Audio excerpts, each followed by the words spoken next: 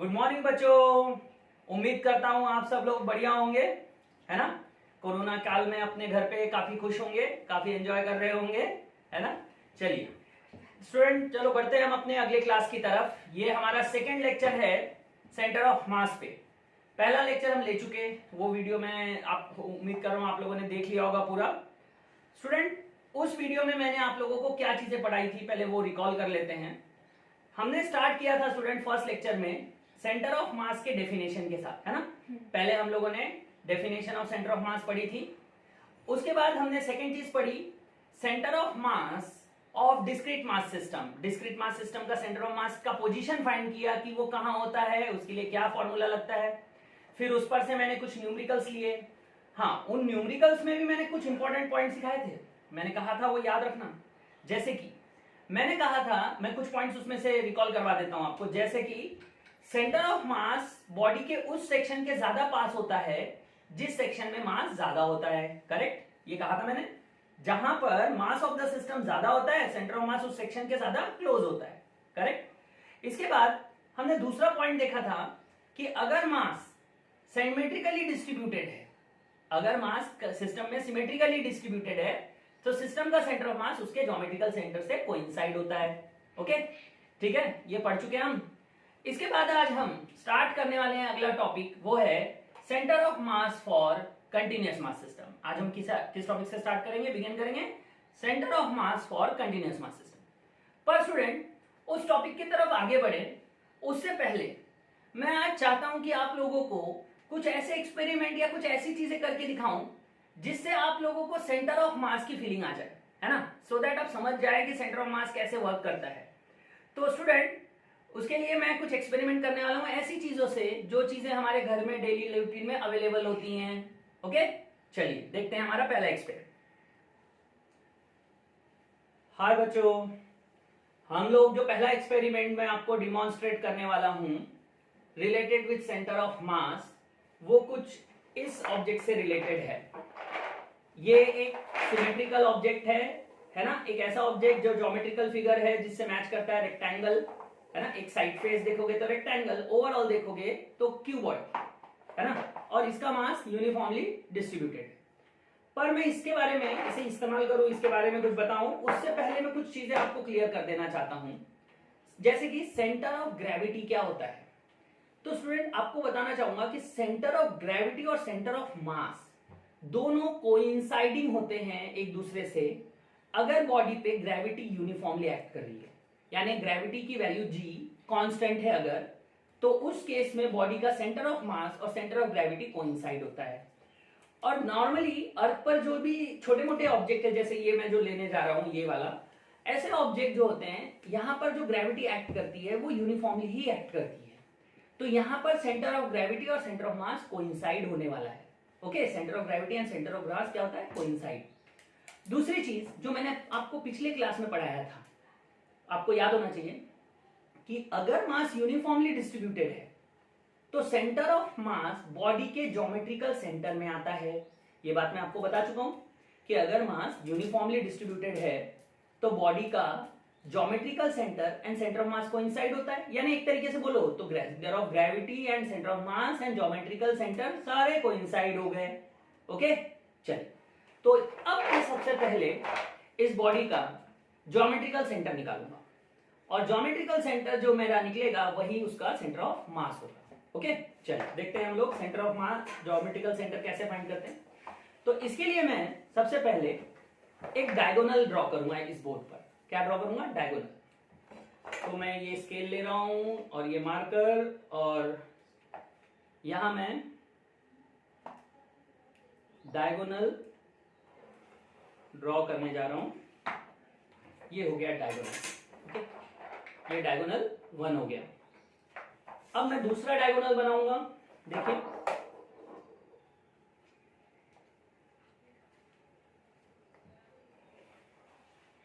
ये हमारा दूसरा डायगोनल हो गया। ओके,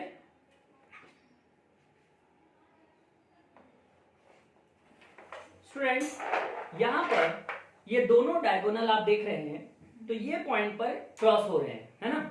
तो स्टूडेंट, ये जो पॉइंट है ये हमारा ज्योमेट्रिकल सेंटर हो गया इस सरफेस का, है ना, इस सरफेस का ये ज्योमेट्रिकल सेंटर हो गया। और स्टूडेंट इस लाइन से, इस लाइन यहां से अगर मैं एक परपेंडिकुलर लाइन बनाऊं इस सरफेस के, तो वो परपेंडिकुलर लाइन कहां से पास होगी, इस क्यूबॉइड के सेंटर से, है ना, इस क्यूबॉइड के सेंटर से पास होगी अगर मैं यहां से परपेंडिकुलर लाइन बनाऊं। तो मैं टाइम बीइंग के लिए क्या करता हूं, इसका थिकनेस निग्लिजिबल मान लेता हूं टाइम बीइंग के लिए, और इस ये मान लेता हूं कि यही उसका सेंटर ऑफ मास है।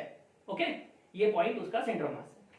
अब स्टूडेंट यहां मैं जो दूसरी चीज इस्तेमाल करने वाला हूं वो कुछ ऐसी है।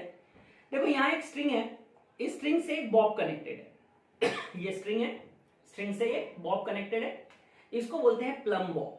ओके, इसको बोलते हैं प्लम बॉब। अब स्टूडेंट ये हमें क्या बताता है, ये हमें बताता है कि ग्रेविटी किस डायरेक्शन में एक्ट करती है। जहां भी मैं हैंग कर दूंगा, जहां भी जिस भी चीज से मैं लगा दूंगा इसको, वहां पर मुझे बताएगा ये कि सेंटर ऑफ ग्रेविटी किस डायरेक्शन में, सेंटर ऑफ ग्रेविटी मतलब ग्रेविटी, एक्चुअली ग्रेविटेशनल फोर्स किस डायरेक्शन में एक्ट हो रहा है, वो ये बताएगा हमें। ठीक है, तो मैं इसे इसके ज्योमेट्रिकल सेंटर यानी सेंटर ऑफ मास से ज्वाइन कर दूंगा।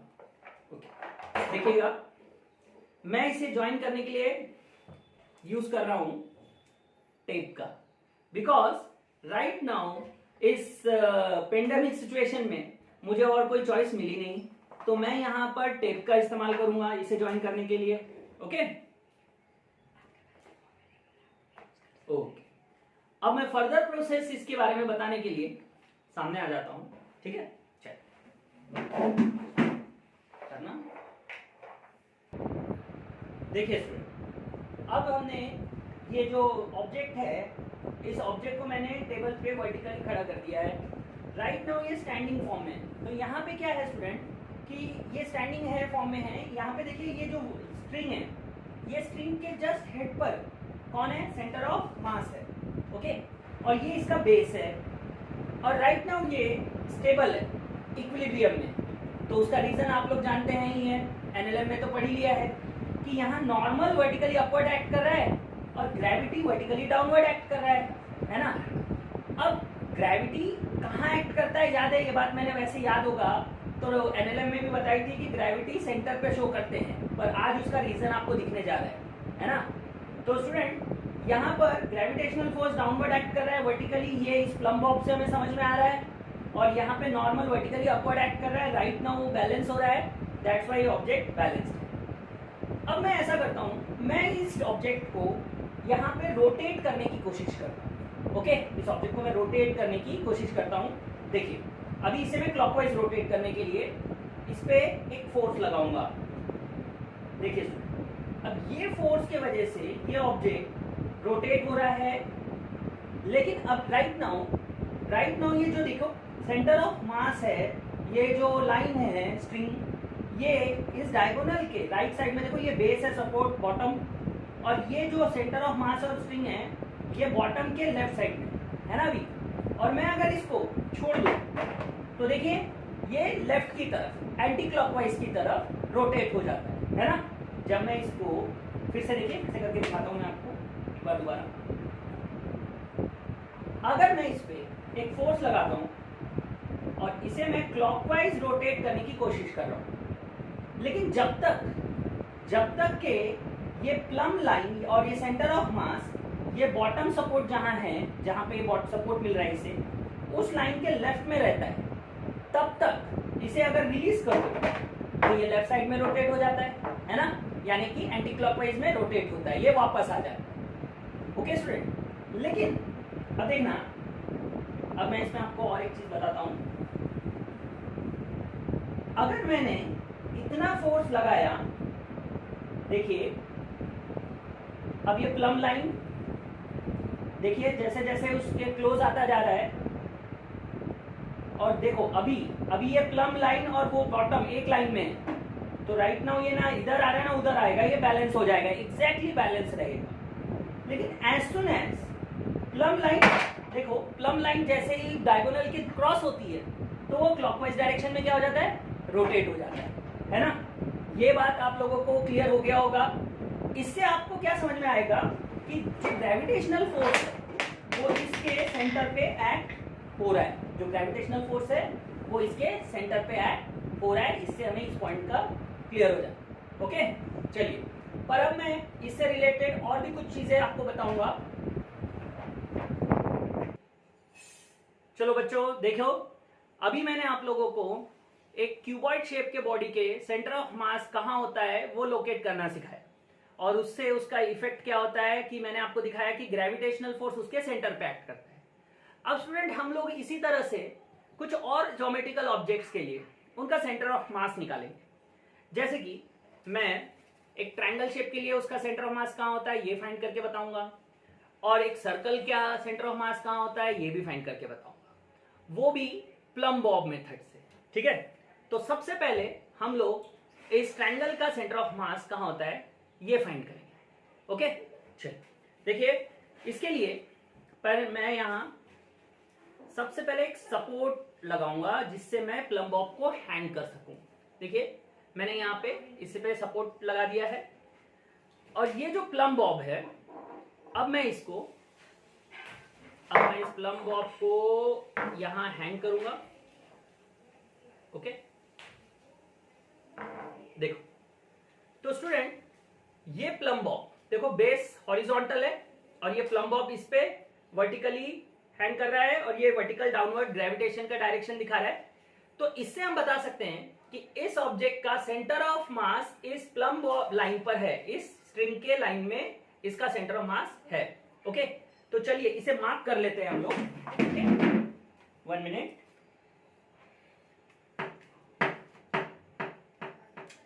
काम करेंगे हम, इसको इस लाइन को मार्क कर लेंगे।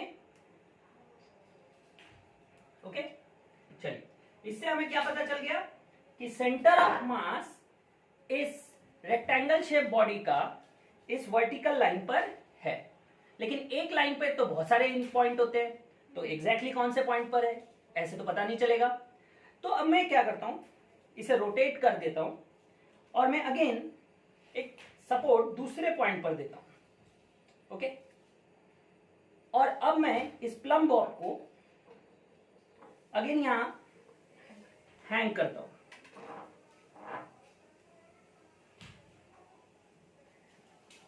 देखिए अब मैं इस प्लम बॉब को अगेन यहां हैंग करता हूं, देखना बेस हॉरिजॉन्टल लेके इस तरह से, और अगेन मैं इस स्ट्रिंग के अलोंग एक स्ट्रेट लाइन ड्रॉ कर लूंगा। देखिए स्टूडेंट, देखो नियरली मैंने कोशिश की है एग्जैक्टली उस लाइन के अलोंग लूं।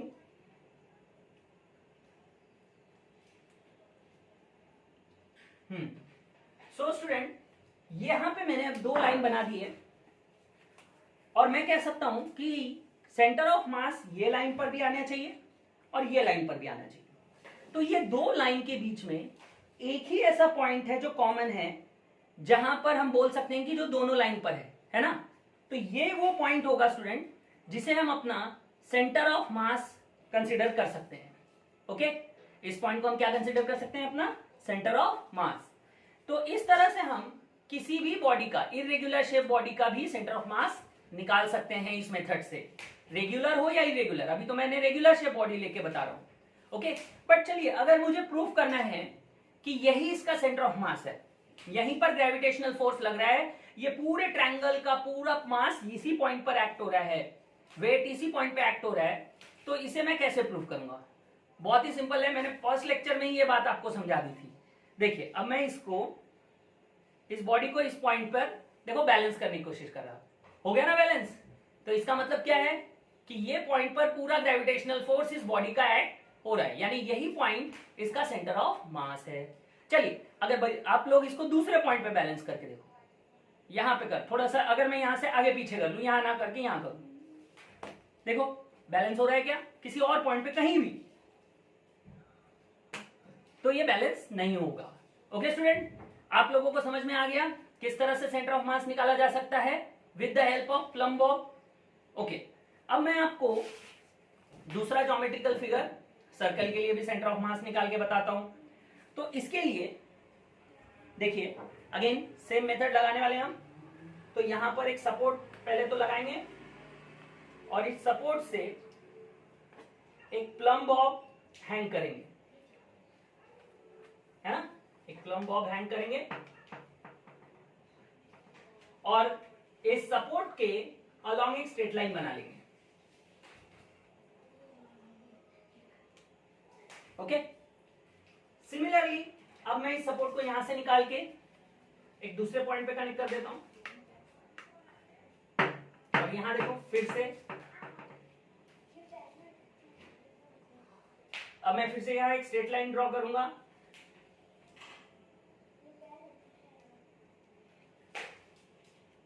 ओके, देखो अब थोड़ा ध्यान से देखना, मैं थोड़ा पास ला रहा हूं कैमरे के, बिकॉज तुम लोगों को लाइन दिखे, लाइन उतनी डार्क नहीं है, आई नो, थोड़ा सा देख रहे हो आप।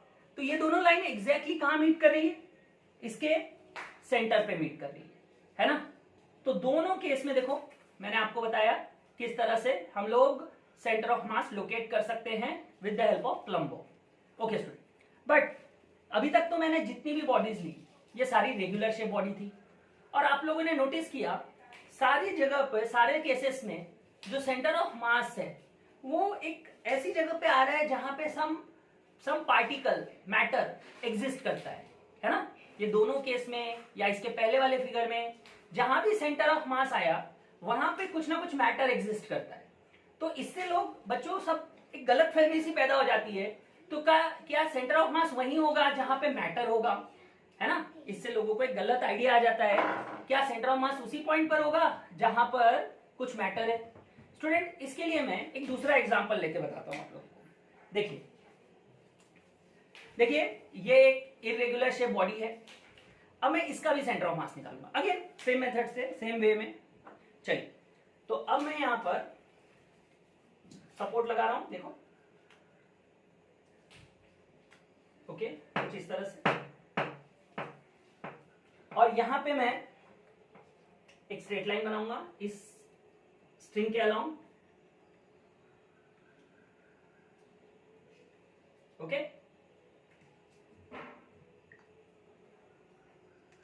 ये एक स्ट्रेट लाइन होगी। ओके, अब स्टूडेंट फिर यही पार्ट, यही स्टेप फिर से रिपीट करूंगा, लेकिन अब मैं सपोर्ट किसी दूसरे पॉइंट पे लूंगा।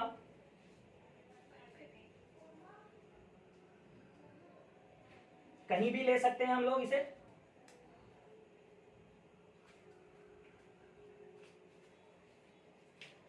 देखिए, अब मैं ये देखिए ये स्ट्रेट लाइन अब कुछ ऐसा बन रहा है। ओके, कुछ ऐसा। और भी मैं लेता हूं, यहां थोड़े ज्यादा केसेस ड्रॉ कर लेता हूं क्योंकि ये इरेगुलर शेप बॉडी है तो समझने में आसानी होनी चाहिए, इसीलिए मैं थोड़े ज्यादा केसेस बनाऊंगा इसमें।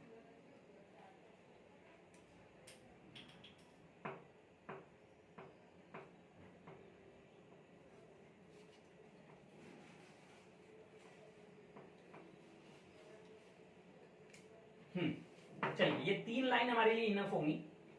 तो स्टूडेंट आप ये देखिए कि ये जो 3 लाइन मैंने यहां बनाई, ध्यान से देखिएगा, ये लाइन और ये लाइन, एक्चुअल में ये कहीं भी ऐसे पॉइंट पे मीट कर ही नहीं रही है जो इस बॉडी के ऊपर हो। बॉडी के ऊपर हो मतलब जहां कोई मैटर हो। ये तीनों लाइन, थोड़ा ध्यान से देखना, ये तीनों, ये लाइन और ये हॉरिजॉन्टल लाइन, ये तीनों समवेयर यहां मीट कर रहे हैं।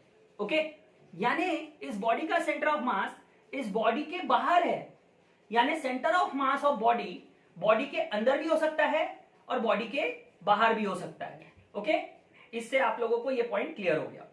चलिए स्टूडेंट, अब इसके बाद हम आगे बढ़ेंगे, और भी कुछ पॉइंट्स अभी मैं आपको एक्सप्लेन करूंगा विद सम एक्सपेरिमेंट्स। देखते हैं। चलिए देखिए, अभी जो अगला फैक्टर मैं आपके साथ डिस्कस करने वाला हूं रिलेटेड विद सेंटर ऑफ मास, वो है स्टेबिलिटी। स्टेबिलिटी बहुत इंपॉर्टेंट फैक्टर होता है स्टूडेंट, उसको हम अब यहां डिस्कस करेंगे, और वो सेंटर ऑफ मास पे किस तरह से डिपेंडेंट है उस चीज पे फोकस करेंगे। ओके, देखो स्टूडेंट, ये जो ऑब्जेक्ट है, ये ऑब्जेक्ट का जो सेंटर ऑफ मास है इसके ज्योमेट्रिकल सेंटर में, वो अभी बेस के, देखिए बेस के लाइन में है ना? और बेस के ऊपर आना चाहिए, मतलब centre of mass exactly base के ऊपर आना चाहिए, तो ऑब्जेक्ट स्टेबल रहेगा। ओके, यानी इक्विलिब्रियम में रह सकता है। लेकिन सिर्फ लेंथ वाइज नहीं, सिर्फ विड्थ वाइज नहीं, इस तरह से नहीं, देखिए इस लेंथ वाइज भी, इस विड्थ वाइज भी। Okay, length wise as well as width wise, दोनों तरह से सेंटर ऑफ मास बेस के ऊपर ही आना चाहिए ना, बीच में आना चाहिए समवेयर। ओके, लेकिन अगर मैं देखिए स्टूडेंट, इस पे मैं कुछ फोर्स लगाता हूं हल्का सा, देखिए कितने इजीली ये फॉल डाउन हो गया। लेकिन अगर मैं इसी ऑब्जेक्ट को ऐसा रखूं, ओके, अब इससे क्या हुआ, इससे इस ऑब्जेक्ट का जो सेंटर ऑफ मास का हाइट है, देखिए पहले सेंटर ऑफ मास का हाइट ज्यादा ऊपर था, जब मैंने इसको इस तरह से रखा तो सेंटर ऑफ मास का हाइट कम हो गया। अब मैं अगर इसे फिर से गिराने की कोशिश करूं तो इस पे मैं फिर से फोर्स लगाऊंगा, लेकिन अब जब इसका हाइट कम हो जाता है तो इसको गिराने के लिए मुझे थोड़ा, देखो हल्का सा लगाया तो गिरा नहीं। पहले देखो वर्टिकल में क्या था, वर्टिकल में मैं हल्का सा भी लगाऊं, सॉरी, तो गिर जा रहा है। लेकिन जब मैंने इसको इस तरह से रखा और जब हाइट नीचे आ गई, सेंटर ऑफ मास नीचे आ गया, तो इसको गिराने से हल्का सा लगाओ तो ये गिरता नहीं है ना, तो मुझे यहां ज्यादा फोर्स लगाना पड़ रहा है। यानी इसका मतलब ये हुआ कि जब सेंटर ऑफ मास नीचे आ जाता है तो ऑब्जेक्ट की स्टेबिलिटी बढ़ जाती है। यानी जब ऑब्जेक्ट का हाइट नीचे आ जाएगा, सेंटर ऑफ मास नीचे आ जाएगा, तो उसकी स्टेबिलिटी इंक्रीज हो जाएगी। चलिए अब देखो, अगर मैं इसको इस तरह से रख दूं ऑब्जेक्ट को, तो अब तो और नीचे आ गया इसका सेंटर ऑफ मास, है ना। अब देखो, अब मैं इसको कहीं से भी फोर्स लगाऊं, अभी गिर नहीं रहा, क्योंकि इसकी स्टेबिलिटी क्या हो गई है, बढ़ गई है। ओके, आप लोगों को समझ में आया स्टेबिलिटी कैसे डिपेंड करती है सेंटर ऑफ मास पे, है ना। चलिए, इसी बात को मैं आपको समझाने के लिए एक और एक्सपेरिमेंट करूंगा और उसके थ्रू भी आपको मैं इस चीज को समझाने की कोशिश करूंगा। देखिए,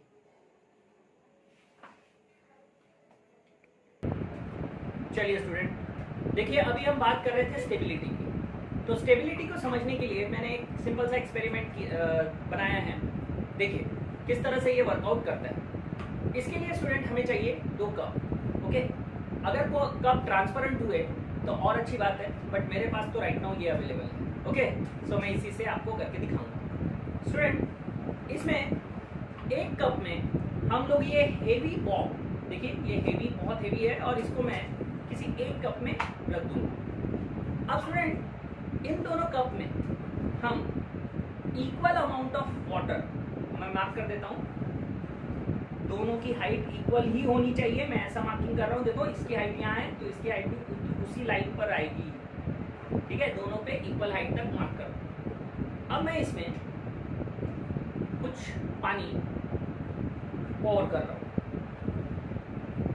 देखिए थोड़ा सा ट्रांसपेरेंट ना होने के कारण हाइट इक्वल ही आनी चाहिए। मैंने कहा था वो फैक्टर मैटर कर रहा है। हाँ, दिख तो रहा है, वैसे ट्रांसपेरेंट ही है।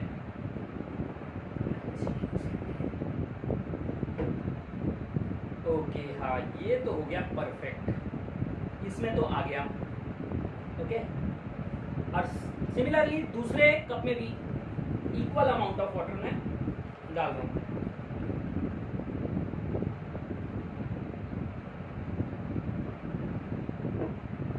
ओके, चलिए अब मेरे पास दोनों कप में पानी है। अब मुझे इन दोनों कप की स्टेबिलिटी मेजर करनी है कि कौन सा कप ज्यादा स्टेबल, ये मुझे मेजर करना है। ओके, तो इसके लिए थोड़ा मैं खड़ा हो जाता हूँ। देखिए, तो अब मुझे इन दोनों कप की स्टेबिलिटी मेजर करनी है। स्टूडेंट ध्यान देना कि जिस कप में मैंने बॉब डाला है वहां मास बॉटम की ओर ज्यादा है, तो ऑटोमेटिकली आप बताओ मुझे किसका सेंटर ऑफ मास ज्यादा डाउनवर्ड होगा। जिसमें मैंने बॉब डाला है उसका centre of mass no doubt थोड़ा लोअर होगा, क्योंकि बॉब हेवी है और वो बॉटम में है, तो सेंटर ऑफ मास नीचे की तरफ होगा। और जिसमें सिर्फ वाटर है उसका सेंटर ऑफ मास थोड़ा ऊपर होगा, है ना। अब मैं इन दोनों को, अब मैं इस पानी को गिराने वाला हूँ, थोड़ा ध्यान से देखिएगा, लेकिन घर में ये एक्सपेरिमेंट करने से पहले ध्यान रखिएगा कि सामने टब रखा हो, नहीं तो मम्मी बहुत मारेगी बेटा। चलिए देखिए, अब मैं इसको थोड़ा सा, अब इसको बेंड करने वाला हूँ। कौन ज्यादा पहले नीचे गिरेगा, कौन पहले नीचे गिरेगा। ओके, यहाँ एक्सपेरिमेंट हमारा हो गया है फेल। तो अब मैं एक्सपेरिमेंट दोबारा रिपीट नहीं करूंगा। एक्सपेक्टेड लेकिन क्या था, एक्सपेक्टेड रिजल्ट था कि जिसमें सेंटर ऑफ मास नीचे है वो नहीं गिरे और जिसमें सेंटर ऑफ मास ऊपर है वो पहले गिरेगा। ओके स्टूडेंट, चलिए I think this much experiments are enough. मैंने आप लोगों को सेंटर ऑफ मास समझाने की पूरी कोशिश की प्रैक्टिकल वे में। आई होप आपको आइडिया आ गया होगा कि सेंटर ऑफ मास किस तरह से वर्क करता है। पर स्टूडेंट अभी जाइएगा नहीं, अभी हम लोग थ्योरी क्लास बिगिन करने वाले हैं, है ना।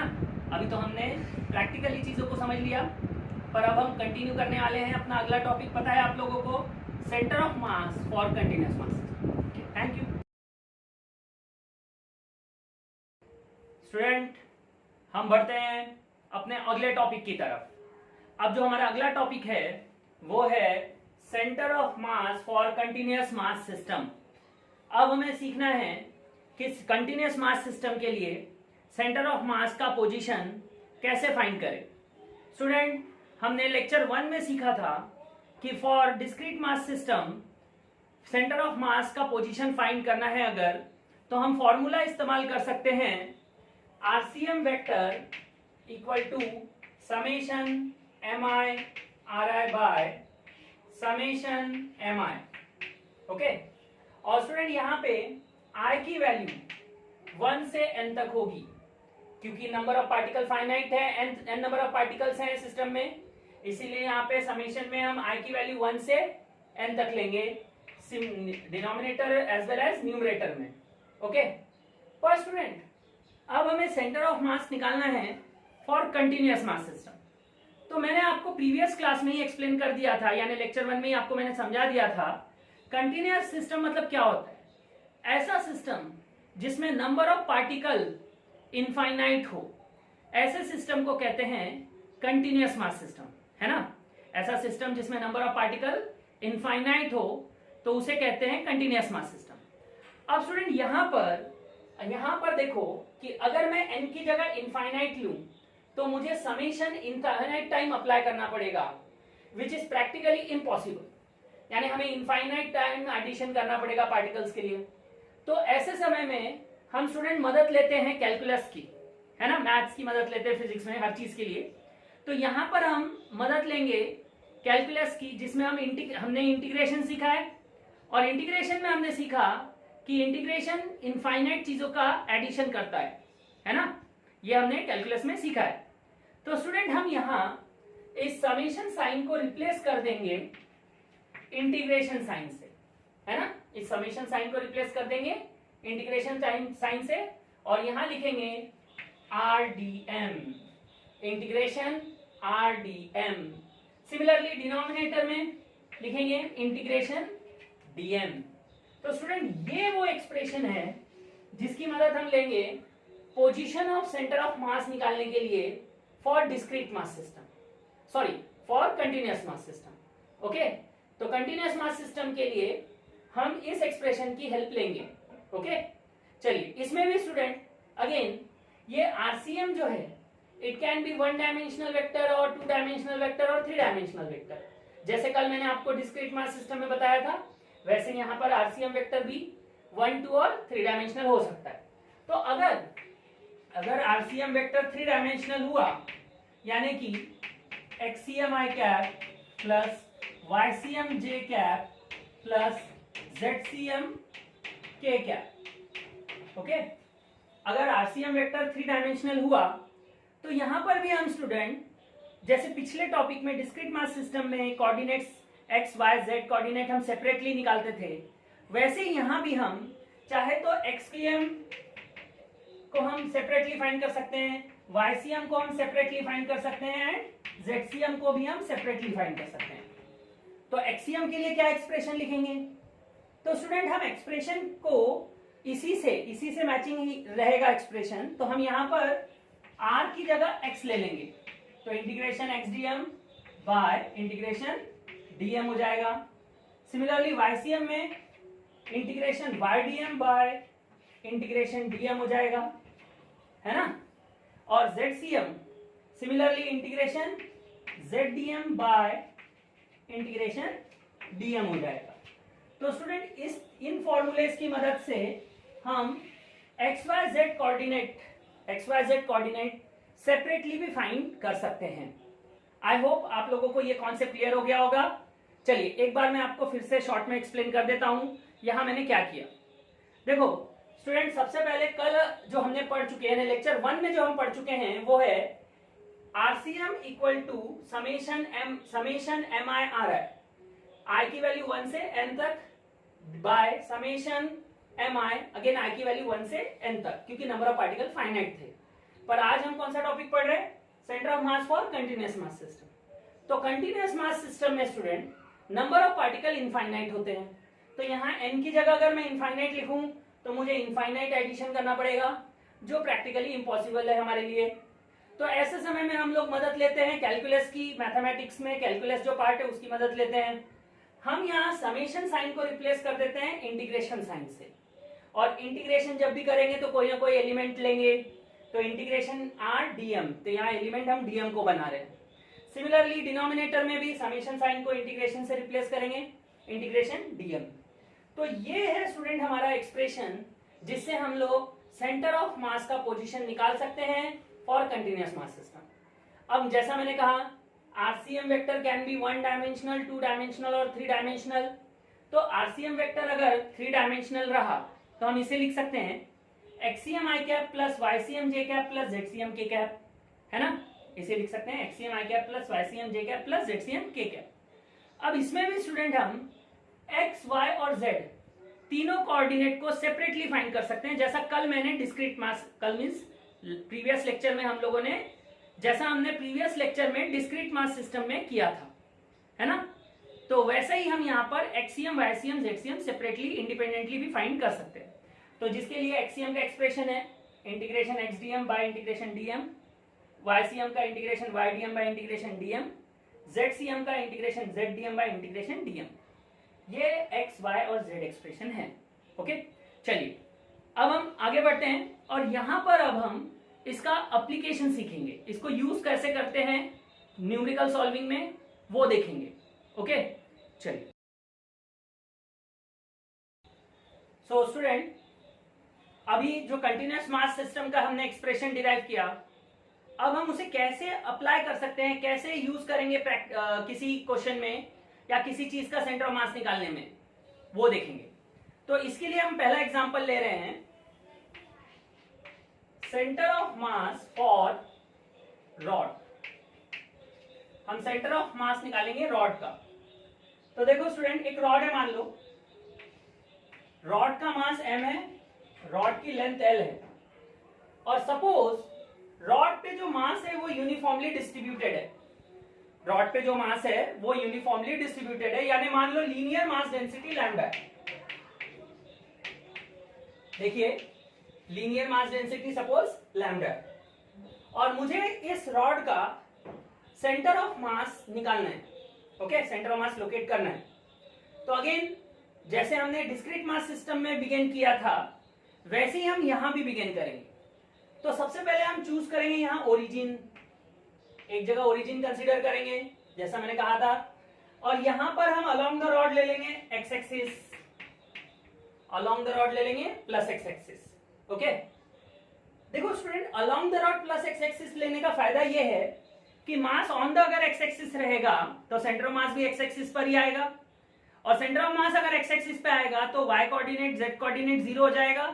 तो हमें सिर्फ एक्सीएम निकालना पड़ेगा, यानी हमें वाई और जेड कोऑर्डिनेट निकालना नहीं पड़ेगा, हमारी मेहनत बच जाएगी। इसीलिए हमने यहाँ पर सेंटर जो है, ओरिजिन जो है वो at the left end of the rod ले लिया, और अलोंग द रॉड हमने प्लस एक्स एक्सिस कंसिडर कर लिया। चलिए अब डेरिवेशन कैसे करेंगे। अब स्टूडेंट यहाँ पर हमें एक्सीएम निकालना है, क्योंकि centre of mass x axis पे आने वाला है, वाईसीएम जेडसीएम तो जीरो आने वाला है। लेकिन स्टूडेंट यहाँ प्रॉब्लम ऐसा है कि यहाँ तुम डायरेक्टली रिजल्ट उठा के उसमें वैल्यू रख के आंसर नहीं निकाल सकते। मतलब अगर तुमने डायरेक्ट रिजल्ट लगाने लिया एक्सीएम का और उसको यूज करने का एक्सीएम निकालने के लिए, तो कुछ आपको समझ नहीं आएगा, आपका आंसर फाइंड नहीं हो पाएगा। आपको वो रिजल्ट भी स्टेप बाय स्टेप क्रिएट करना है। जो रिजल्ट मैंने अभी आपको एक्सीएम वाईसीएम जेडसीएम के बताए, वो रिजल्ट आपको उठा के बस उसमें वैल्यू रखना है ऐसा नहीं है, आपको वो result step by step create करना है। तो देखिए वो रिजल्ट कैसे क्रिएट होगा मैं आपको समझाता हूं। तो स्टूडेंट यहां पर मैं रॉड पर एक एलिमेंट लूंगा, रॉड पर मैं एक एलिमेंट लूंगा, ये एलिमेंट की थिकनेस dx है मान लो, और इस एलिमेंट का मास dm है मान लो, और ये एलिमेंट लेफ्ट एंड से सपोज x डिस्टेंस पे लाया करता है। ओके स्टूडेंट, अब जो ये एलिमेंट है, देखो ये जो एलिमेंट है ना, ये एलिमेंट बहुत छोटा है, it is like a point size particle. Rod तो एक्सटेंडेड बॉडी है, बट ये जो एलिमेंट है ये बहुत छोटा है, तो it can be treated like a point size particle. तो मैं यहां पर डिस्क्रीट मास सिस्टम का जो फॉर्मूला है एक्सियम का, वो अप्लाई कर सकता हूं, है ना। कौन सा? डिस्क्रीट मास सिस्टम में जो पड़ा है फॉर्मूला, वो मैं यहां अप्लाई कर सकता हूं, ठीक है, वो इस पार्टिकल डीएम के लिए।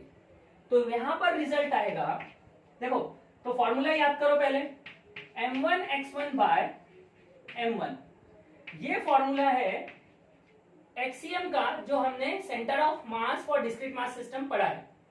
पर स्टूडेंट यहाँ एक ही पार्टिकल है, एक ही पार्टिकल की बात होने वाली है, इसीलिए मैंने सिर्फ m1 लिया है यहाँ पर, प्लस m2 x2 वो सब नहीं लिया हमने, क्योंकि यहाँ एक ही पार्टिकल की बात चल रही है। तो इसमें m1 क्या रहेगा? तो m1 है स्टूडेंट dm, तो m1 की जगह हम यहाँ dm पुट कर सकते हैं, और x1 क्या हो जाएगा? कोऑर्डिनेट ऑफ m1, तो जो ओरिजिन से कितने दूर है? x, तो यहां लिखेंगे हम student x dm by dm। Okay देखो स्टूडेंट, एक्सियम क्या लिखेंगे हम? m1 x1 bye m1, m1 कितना है? dm, और उसका x कोऑर्डिनेट कितना है? x, अपॉन m1 है, तो m1 को क्या ले लिया? dm। ये हो गया एक एलिमेंट के लिए, सेंटर ऑफ मास का डिस्क्रीट मास सिस्टम का फॉर्मूला मैंने लगाया एक पार्टिकल के लिए। पर rod consist of infinite number of such particle, और हमें सबके लिए ऐसे निकालना है सेंटर ऑफ मास, और फाइनली सबको ऐड भी करना है। तो उसके लिए हम क्या करेंगे? न्यूमरेटर और डिनोमिनेटर को इंटीग्रेट कर देंगे। तो ये बन गया स्टूडेंट हमारा एक्सियम का फॉर्मूला। अब देखो स्टूडेंट, अब ये रिजल्ट आया, यही रिजल्ट था जो मैंने आपको लिख के दिया था एक्सियम का, है ना। बट वो फॉर्मूला में अगर यहाँ डायरेक्ट लिख देता तो आपको x कौन है, dm कौन है, ये सारे पॉइंट समझ ही नहीं आते, तो आपका रिजल्ट डिराइव करना बहुत डिफिकल्ट हो जाता। इसीलिए हम रिजल्ट भी क्रिएट करेंगे, ना कि डायरेक्ट लिख देंगे। याद रखना, ये तरीका अप्लाई करोगे तो आपको चीजें समझ में आएगी, अदरवाइज आपको पता ही नहीं चलेगा कहाँ x है, कौन dm है। ठीक है, चलो अब कुछ नहीं है, अब इसके बाद तो पूरा मैथमेटिक्स है, अब इसको सॉल्व करना है हमें बस। अब देखो स्टूडेंट, डिनोमिनेटर में पहले डिनोमिनेटर को सॉल्व करेंगे। डिनोमिनेटर में इंटीग्रेशन dm, लिमिट 0 से m, total mass of the rod क्या है? m। अब लेकिन प्रॉब्लम है न्यूमरेटर में, integration with respect to m है, वेरिएबल x है ना, integration with respect to m है, वेरिएबल x है, तो such integration is not possible. इस तरह से इस फॉर्म में इंटीग्रेशन नहीं हो पाएगा, ठीक है। तो अब हम यहां पर क्या करेंगे? dm को dx में कन्वर्ट करेंगे, dm को dx में कन्वर्ट करेंगे। तो वो कैसे होगा? तो देखो स्टूडेंट, यहां पर ये लैम्डा क्या रिप्रेजेंट कर रहा है? लैम्डा रिप्रेजेंट कर रहा है linear mass density. Lambda represent कर रहा है linear mass density, that is mass per unit length. तो अगर स्टूडेंट मास पर यूनिट लेंथ लैम्डा है, तो इस dx लेंथ पे कितना मास होगा? तो देखो, इसको आप अगर मैं बहुत बेसिक वे में आपको समझाऊं तो चलो यूनिटरी मेथड से करते हैं। देखो m मास जो है, लैम्डा मास जो है स्टूडेंट, वो 1 मीटर लेंथ पे, ओके, लैम्डा मास 1 मीटर लेंथ पे, तो dm मास कितने लेंथ पर है? तो dm मास dx लेंथ पे है ना। अब इसका रेशियो ले लो, तो dm by lambda equal to dx by 1, तो dm equal to lambda dx, dm क्या हो जाएगा? Lambda dx। ये वैल्यू स्टूडेंट dm की यहां सब्स्टिट्यूट कर दो, तो अब हमारा एक्सियम का रिजल्ट हो जाएगा, एक्सप्रेशन हो जाएगा integration x lambda dx by denominator integration of dm क्या है? m, upper limit m minus lower limit 0, m minus 0। अब अब न्यूमरेटर में देखो क्या हो सकता है, न्यूमरेटर में लैम्डा कांस्टेंट है, बाहर आ जाएगा, तो हम यहां लिखेंगे XCM equal to integration X D X by M. Okay, ये रिजल्ट हम लिख सकते हैं यहां पे। अब स्टूडेंट यहां पर न्यूमरेटर में लिमिट क्या होगी, तो स्टूडेंट यहां पर x की लिमिट होगी, यहां से स्टार्ट हो रहा है, देखो लेफ्ट मोस्ट एलिमेंट यहां पे रहेगा यानी ओरिजिन पे, और ओरिजिन पे जो एलिमेंट है उसका लिमिट, उसका स्टार्टिंग पॉइंट है, तो x 0 हो जाएगा, और जो राइट एक्सट्रीम में एलिमेंट रहेगा उसका x इक्वल टू l हो जाएगा, तो लिमिट हो जाएगा 0 टू l, लिमिट हो जाएगा 0 टू l। ओके, और हम यहां लिखेंगे XCM equal to lambda, x का integration X square by 2 limit 0 से l।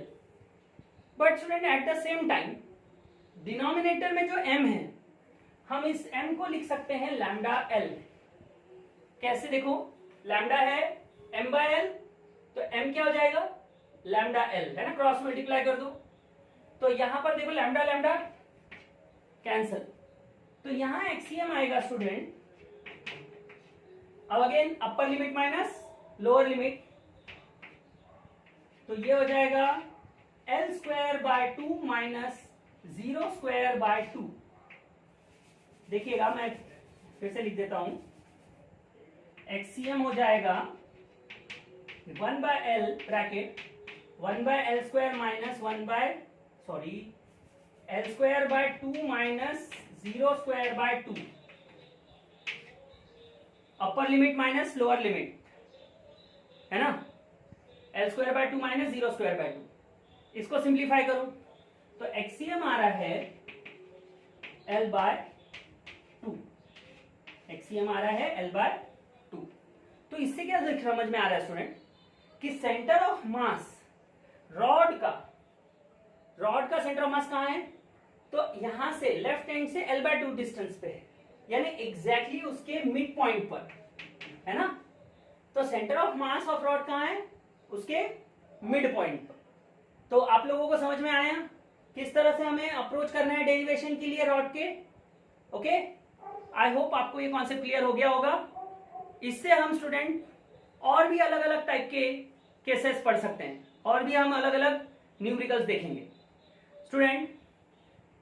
अब ये एक्सप्रेशन जो हमने अभी तो हमने रॉड की बात की, अब हम लोग और अलग अलग शेप्स के लिए सेंटर ऑफ मास फाइंड करेंगे। तो अब हम सेंटर ऑफ मास निकालेंगे फॉर रिंग। सेंटर ऑफ मास किसके लिए निकालेंगे, अब हम रिंग के लिए निकालेंगे। चलिए देखते हैं।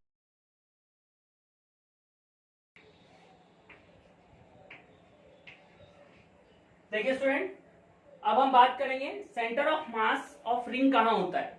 ओके, तो सबसे पहले अगर मैं एक कंप्लीट रिंग ले लूं, एक कंप्लीट रिंग ले लूं जिसका रेडियस r है और इसका मास यूनिफॉर्मली, इसका मास यूनिफॉर्मली डिस्ट्रीब्यूटेड है रिंग पर। ओके, तो ऐसे केस में सेंटर ऑफ मास रिंग का कहां आएगा, तो स्टूडेंट इसके लिए हम लोग ना डिराइव नहीं करेंगे रिजल्ट को, इसके लिए हम रिजल्ट को समझने की कोशिश करेंगे कि सेंटर ऑफ मास कहां आएगा प्रैक्टिकली। तो मैंने देखो मैं क्या करूंगा, इसके सेंटर को ही ओरिजिन ले लेता हूं।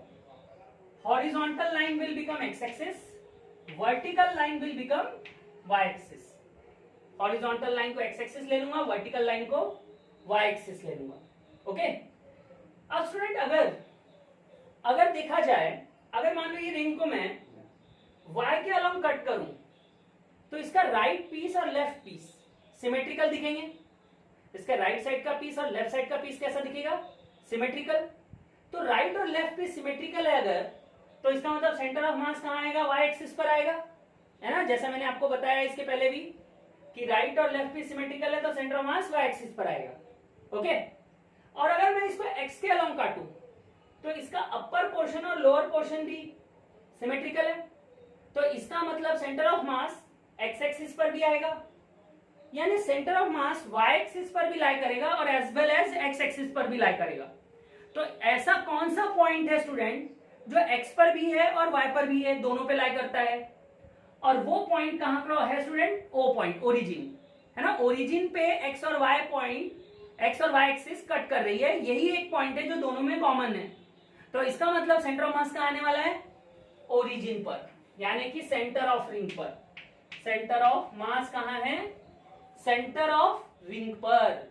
यानी अगर एक रिंग जिसपे मास कंप्लीटली यूनिफॉर्मली डिस्ट्रीब्यूटेड हो, अगर एक रिंग जिसपे मास यूनिफॉर्मली डिस्ट्रीब्यूटेड हो, तो उसका सेंटर ऑफ मास उसके ज्योमेट्रिकल सेंटर पे आता है। और ये दिखाओ मैंने गेस कैसे किया इसे, मैंने इसको सॉल्व नहीं किया, मैंने एक लॉजिकल पॉइंट अप्लाई किया जो मैंने पहले भी आपको समझाया था डिस्क्रीट मास सिस्टम में। और मैंने कहा था, याद करो, जब y के अलोंग कट करो, याद है कट करके सिमेट्रिकल स्क्वायर वाला जो क्वेश्चन था उसमें एक्सप्लेन किया था प्रीवियस वीडियो में, यानी कि लेक्चर 1 में। तो वैसे ही यहां मैंने गेस किया, देखो मास यूनिफॉर्मली डिस्ट्रीब्यूटेड है रिंग पे, मैंने y के अलोंग कट किया तो दो पीस बन गए, दोनों पीस सिमेट्रिकल है, तो centre of mass y axis पे आएगा। फिर मैंने x के अलोंग कट किया तो upper portion lower portion again symmetrical है, तो centre of mass x axis पर आएगा। तो कौन सा वो पॉइंट है जो x और y बोथ पे लाई करता है, तो वो जवाब है ओरिजिन, यानी कि सेंटर ऑफ द रिंग। तो इसका मतलब centre of mass of the ring, centre of the ring पर आएगा, लेकिन कब, जब मास यूनिफॉर्मली डिस्ट्रीब्यूटेड है। ओके, चलिए स्टूडेंट, आई होप आपको ये कॉन्सेप्ट क्लियर हो गया होगा। देखिए, अब जो अगला टॉपिक है जिसके लिए मैं सेंटर ऑफ मास फाइंड करूंगा, वो है centre of mass for semi circular ring. अब हम सेमी सर्कुलर रिंग के लिए सेंटर ऑफ मास की पोजीशन डिफाइन करेंगे। ओके, कंप्लीट रिंग के लिए मैंने अभी जस्ट आपको एक्सप्लेन किया कि कंप्लीट रिंग है और मास यूनिफॉर्मली डिस्ट्रीब्यूटेड है, तो सेंटर ऑफ मास उसके ज्योमेट्रिकल सेंटर पे आएगा। पर अगर एक सेमी सर्कुलर रिंग है और अगेन मास यूनिफॉर्मली डिस्ट्रीब्यूटेड है, तो सेंटर ऑफ मास कहां है? तो इसके लिए हम कंसीडर करेंगे एक सेमी सर्कुलर रिंग, जिसका मास है में, रेडियस r है, और इसके सेंटर को ही हम, देखो स्टूडेंट, इसके सेंटर को, यानी कंप्लीट रिंग का जो सेंटर था उसके सेंटर को हम ओरिजिन कंसीडर करेंगे। जैसा आप लोग जानते हैं कि कोऑर्डिनेट निकालना है सेंटर ऑफ मास का, तो पहले तो कोऑर्डिनेट सिस्टम अज्यूम करना पड़ेगा। तो यहां हम इस केस में कोऑर्डिनेट सिस्टम का जो ओरिजिन है उसे हम सेंटर ऑफ रिंग पे अज्यूम कर लेते हैं, और हॉरिजॉन्टल लाइन को प्लस x एक्सिस ले लेंगे, वर्टिकल लाइन को प्लस y एक्सिस ले लेंगे। ओके, तो इस तरह से हम कोऑर्डिनेट सिस्टम अज्यूम करेंगे। ठीक है, अब यहां पर एक फर्क है, पिछला क्वेश्चन जो मैंने लिया था रॉड का कंटिन्यूअस मास सिस्टम का, वो क्वेश्चन और इसमें एक डिफरेंस है। पिछले इसमें जो क्वेश्चन था रॉड का, उसमें मास x एक्सिस के अलोंग डिस्ट्रीब्यूटेड था, है ना। इसी वजह से मुझे सिर्फ एक ही कोऑर्डिनेट फाइंड करना पड़ा, एक्सियम, क्योंकि मास x एक्सिस पे था तो सेंटर ऑफ मास भी x एक्सिस पर था, तो इसीलिए मुझे एक ही कोऑर्डिनेट फाइंड करना पड़ा, एक्सियम, क्योंकि वाईसीएम और जेडसीएम 0 है। लेकिन यहां पर रिंग के केस में, ये रिंग xy प्लेन में है, मास xy प्लेन में डिस्ट्रीब्यूटेड है, तो यहां मुझे सेंटर ऑफ मास जो मिलेगा वो भी xy प्लेन में मिलेगा। तो यहां मुझे दो कोऑर्डिनेट फाइंड करने पड़ सकते हैं, सेंटर ऑफ मास के यहां मुझे दो कोऑर्डिनेट फाइंड करने पड़ सकते हैं, बिकॉज यहां मास xy प्लेन में है। z कोऑर्डिनेट ऑटोमेटिकली क्या हो जाएगा, 0, क्योंकि मास अगर xy प्लेन में है तो सेंटर ऑफ मास भी xy प्लेन में ही आएगा। ओके, ठीक है, अब चलिए वन बाय वन दोनों कोऑर्डिनेट फाइंड करते हैं। तो सबसे पहले मैं फाइंड करके बताऊंगा तुम्हें एक्स कोऑर्डिनेट। यहां सेंटर ऑफ मास का एक्स कोऑर्डिनेट क्या आएगा, जेडसीएम तो आप समझ ही चुके हैं, जेडसीएम आने वाला है 0, और उसका रीजन आपको पता है क्यों। अब मैं निकाल के बताऊंगा वाईसीएम क्या आएगा। देखो, तो अगर स्टूडेंट बच्चों मैं इस रिंग को अगर y के अलोंग कट करूं, अगर मैं इस रिंग को y के अलोंग कट करूं, तो इसके जो दो पीसेस बनेंगे वो दोनों पीसेस सिमेट्रिकल बनेंगे y एक्सिस के। देखो y एक्सिस से काटा तो इसका जो राइट का पीस होगा और लेफ्ट का पीस होगा वो सिमेट्रिकल पीस होगा, आइडेंटिकल पीस होगा। अब देखो यहां पर सिमेट्री दो चीजों में देखनी होती है, symmetry in terms of mass, symmetry in terms of distance from the axis. दोनों सिमेट्री होनी चाहिए, तब जाके ये चीज बोलूंगा, जो बोलने वाला हूं वो वैलिड है। तो यहां पर जो राइट पार्ट का मास है और जो लेफ्ट पार्ट का मास है वो आइडेंटिकल है। दूसरी चीज, जिस तरह से वो राइट में डिस्ट्रीब्यूटेड है लेफ्ट में भी उसी तरह से डिस्ट्रीब्यूटेड है। तो इसका मतलब centre of mass Y axis पर आने वाला है, सेंटर ऑफ मास कहाँ आने वाला है, वाई एक्सिस पे आने वाला है। तो सेंटर ऑफ मास अगर वाई एक्सिस पे आएगा तो ऑटोमेटिकली एक्स कोऑर्डिनेट क्या होगा, समझ गया होगा आपको, है ना। सेंटर ऑफ मास कहाँ आने वाला है, वाई एक्सिस पर। तो इसका मतलब एक्स कोऑर्डिनेट क्या होने जा रहा है, 0, क्योंकि वाई एक्सिस पे एक्स कोऑर्डिनेट 0 होता है, तो एक्सीएम भी 0 हो गया। आई होप आपको ये पॉइंट समझ गया। तो अब बचा सिर्फ एक कोऑर्डिनेट जो हमें निकालना है, वो है ZCM, सॉरी YCM, है ना। अब हमें एक ही कोऑर्डिनेट निकालना है जो है YCM, XCM और ZCM तो निकाल चुके। चलिए, तो अब इसके लिए आगे बढ़ेंगे किस तरह से, देखना। मैं यहां पर सपोज एक एलिमेंट लेता हूं, एक एलिमेंट ले रहा हूं इस रिंग पे जिसका थिकनेस dx है, जिसका मास dm है, ओके। और मैं इस एलिमेंट के दोनों एंड को सेंटर ऑफ द रिंग से ज्वाइन कर देता हूं, ओके। और यहां पर एंगल बन रहा है suppose with the plus x axis theta, with the plus x axis angle बन रहा है थीटा। और ये दोनों एलिमेंट के बीच में देखो, ये जो एलिमेंट है इसके जो दोनों एंड मैंने सेंटर ऑफ द रिंग से ज्वाइन किए, यहां एंगल बन रहा है सपोज डी थीटा। देखो यहां से यहां तक एंगल है थीटा, और ये जो एलिमेंट का जो सेंटर पे एंगल बन रहा है एलिमेंट के थिकनेस का, वो है डी थीटा। अब मैं इस एलिमेंट के लिए, पहले तो मैं इस एलिमेंट के लिए y coordinate of centre of mass define करूंगा इस एलिमेंट के लिए। अब ये element again very small in size है, तो it can be treated like a particle, this element can be treated like a particle. तो इसके लिए मैं डिस्क्रीट मास सिस्टम का रिजल्ट यूज कर सकता हूं, पार्टिकल के लिए डिस्क्रीट मास सिस्टम का रिजल्ट इस्तेमाल कर सकते हैं हम। तो हम यहां पर लिख सकते हैं YCM equal to M1 Y1 by M1। Again आपको पता है प्लस M2 Y2 क्यों नहीं लिखा, क्योंकि यहां एक ही पार्टिकल, ओके। चलिए अब इसमें वैल्यू पुट करेंगे। देखिए इसमें M1 क्या है, M1 मतलब मास ऑफ एलिमेंट, और मास ऑफ एलिमेंट क्या है राइट नाउ, DM। तो M1 की जगह तो DM रखने वाले हैं, यानी यहां तो हमें ज्यादा सोचने के लिए कुछ है नहीं, M1 की जगह DM रख देंगे, ठीक, M1 की जगह DM रख देंगे। बट Y1 की जगह क्या रखेंगे, देखो M1 की जगह DM रख देंगे, बट Y1 को क्या रखेंगे, तो Y1 को यहां पर कैसे चेंज करेंगे वो सुनो, डिफाइन करेंगे। तो यहां से Y कोऑर्डिनेट कैसे डिफाइंड होता है, ये एलिमेंट है, ये एलिमेंट से एक परपेंडिकुलर ड्रॉ कर दो Y एक्सिस पर, ये मान लो आ रहा है, मान लो M पॉइंट पर परपेंडिकुलर आ रहा है। अब यहां O से M का जो डिस्टेंस होगा, this distance is known as Y। O से लेके M का जो डिस्टेंस होगा ना, this distance will be known as Y coordinate. ये है हमारा Y coordinate of this element, okay. अब मैं यहां पर इस Y कोऑर्डिनेट को डिफाइन करना चाहता हूं, फाइंड करना चाहता हूं। तो ये देखो, ये एंगल थीटा है अगर, तो ये एंगल भी थीटा हो सकता है, अल्टरनेट एंगल, ये एंगल थीटा है तो ये एंगल भी थीटा हो सकता है। तो मैं यहां पर अप्लाई करूंगा साइन थीटा, तो साइन थीटा हो जाएगा अपोजिट अपॉन हाइपोटेनियस, तो अपोजिट हो जाएगा Y1, और हाइपोटेनियस मतलब दिस इज हाइपोटेनियस यानी रेडियस, तो sine theta equal to Y1 by R, तो Y1 will equal to R sine theta. Y1 क्या होगा, R साइन थीटा। तो इस एक्सप्रेशन में मैं Y1 की जगह R साइन थीटा सब्स्टिट्यूट कर सकता हूं, okay, R sine theta substitute कर सकता हूं। पर स्टूडेंट जैसा कि आपको पता है ये centre of mass of one element है, हमें तो centre of mass of complete ring निकालना है, and ring consist of infinite number of such particle.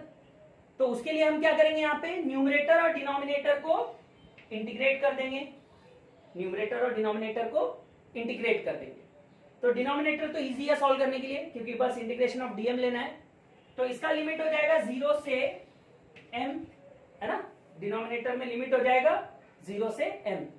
तो इंटीग्रेशन ऑफ डीएम क्या हो जाएगा, m, ओके, डिनोमिनेटर सॉल्व हो जाएगा। But what about numerator, numerator में देखो integration with respect to m लेना है यहाँ पे, और r तो कांस्टेंट है, पर वेरिएबल है यहाँ थीटा। स्टूडेंट देखो, बच्चों यहां पर अगर मैं एलिमेंट अगर बदलता जाऊं तो ये थीटा क्या होगा, हर एलिमेंट के लिए वेरिएबल, थीटा वेरी करेगा, तो यानी यहां थीटा वेरिएबल है, आर कांस्टेंट है। ओके चलिए, तो डिनोमिनेटर में इंटीग्रेशन ऑफ डीएम तो आपको पता ही है, इंटीग्रेशन ऑफ डीएम एम हो जाएगा, upper limit M minus lower limit 0, तो डिनोमिनेटर एम आ जाएगा। न्यूमरेटर में आर कांस्टेंट है, आर को इंटीग्रेशन के बाहर निकाल देंगे। तो अब हमारा वाईसीएम का एक्सप्रेशन है R integration sine theta DM upon M, ये आ गया। अब इसे सिंप्लीफाई करना है, इसे सॉल्व करना है। तो अब मैं यहां पे देखो डीएम को डी थीटा में कन्वर्ट करूंगा, डीएम को डी थीटा, बिकॉज इस फॉर्म में तो ये इंटीग्रेटेबल नहीं है।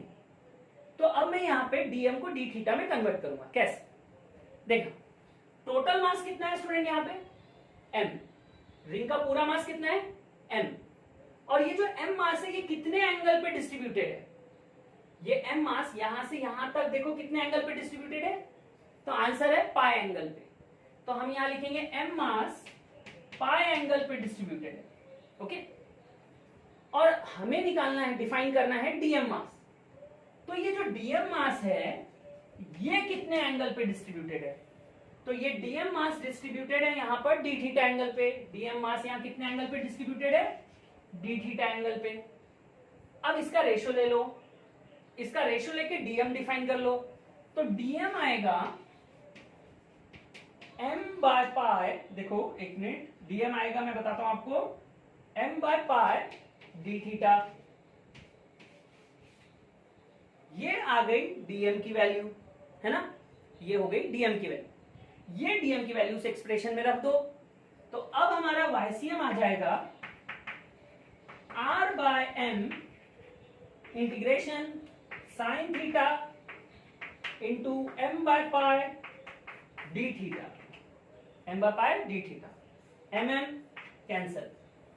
अब थीटा की लिमिट भी देनी पड़ेगी, अब इंटीग्रेशन देखो आ गया विथ रिस्पेक्ट टू थीटा, तो अब थीटा की लिमिट देनी हो, तो थीटा इस पॉइंट से स्टार्ट होगा यहां तक। तो स्टूडेंट यहां अगर मैं एलिमेंट लूं तो यहां थीटा क्या हो जाएगा इस एलिमेंट का 0, और मैं यहां आके अगर एलिमेंट लूं तो थीटा कितना हो जाएगा पाई, यहां से यहां तक एंगल क्या हो जाएगा पाई, तो इसकी लिमिट हो जाएगी 0 से पाई। ठीक है, अब इसका इंटीग्रेशन करके अपर लिमिट माइनस लोअर लिमिट करेंगे। देखिए स्टूडेंट, जैसा मैंने कहा था कि हमें इंटीग्रेशन करना है centre of mass of semi circular ring निकालने के लिए, पर वहाँ थोड़ा स्पेस की कमी थी तो मैंने वो बोर्ड मिटा दिया, और अब मैं जहाँ वो एक्सप्रेशन एंड किया था वहाँ से आगे कंटिन्यू करूँगा। अब हमें इसे इंटीग्रेट करना है ना, तो इसका इंटीग्रेशन क्या आएगा, तो साइन थीटा का इंटीग्रेशन स्टूडेंट, साइन थीटा का इंटीग्रेशन होता है माइनस कॉस थीटा, लिमिट 0 से पाई। नेक्स्ट स्टेप क्या होता है, नेक्स्ट स्टेप होता है अपर लिमिट माइनस लोअर लिमिट। तो अब हम यहाँ पर पहले देखो ये माइनस को मैं बाहर निकाल देता हूँ, अब अपर लिमिट पुट करूंगा cos pi minus cos 0। Okay, अब कॉस पाई की वैल्यू क्या होती है, कॉस पाई की वैल्यू होती है -1 और कॉस 0 की वैल्यू 1। अब -1 कितना होगा -2, -2 into minus R by pi, तो ये हो जाएगा 2r बाय पाई, ये हो जाएगा 2r बाय पाई। तो देखिए ये आ गया हमारा y coordinate of centre of मास। कौन सा कोऑर्डिनेट आ गया, y कोऑर्डिनेट। तो देखो अभी मैंने आपको बताया था कि x coordinate, x coordinate, z coordinate centre of मास का क्या है 0। चलिए मैं दोबारा फिगर बना देता हूँ, फिगर एक बार और बना देता हूँ। ओके, ये है सेमी सर्कुलर रिंग, ओके, ये x एक्सिस था, ये y एक्सिस था। ओके, तो सेंटर ऑफ मास कहाँ आने वाला है, ऑन द y एक्सिस, और सेंटर से यानी ओरिजिन से कितने ऊपर आने वाला है, नहीं यहाँ कहीं आएगा सेंटर ऑफ मास। तो देखो centre of mass of ring जो आ रहा है वो ओरिजिन के ऊपर आ रहा है।